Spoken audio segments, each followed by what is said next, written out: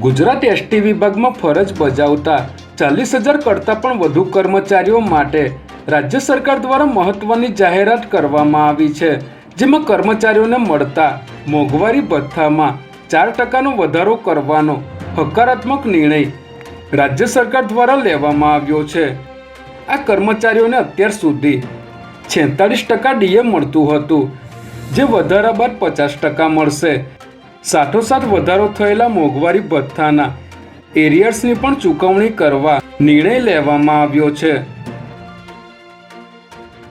અમદાવાદના લોકો દ્વારા રોડ, ગટર અને પાણી સહિતની પ્રાથમિક સુવિધાઓ માટે મ્યુનિસિપલ કોર્પોરેશનમાં ઓનલાઈન ફરિયાદ કરવામાં આવે છે, જેમાં પહેલાં આવી ફરિયાદોનો નિકાલ કર્યા વગર જ તેને ક્લોઝ કરી ઉકેલી દેવાયાનું બતાવાતું હતું, ત્યારે હવે આવી ફરિયાદોનો 24 કલાકમાં જ નિકાલ થાય તે સુનિશ્ચિત કરવા ઇજનેર વિભાગને સૂચના આપવામાં આવી છે।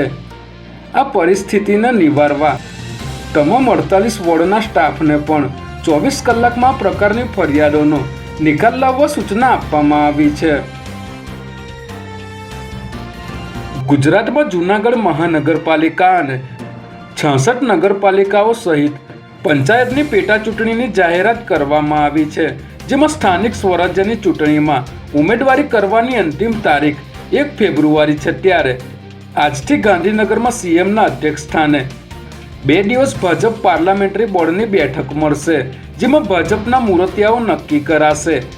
આ બેઠકમાં મુખ્યમંત્રી ઉપરાંત પ્રદેશ પ્રમુખ CR પાટીલ, સંગઠન મહામંત્રી અને પાર્લામેન્ટરી બોર્ડના સભ્યો ઉપસ્થિત રહેશે અને ચર્ચા કરાયા બાદ ઉમેદવારોની ફાઇનલ યાદી 31 જાન્યુઆરીએ જાહેર કરવામાં આવશે।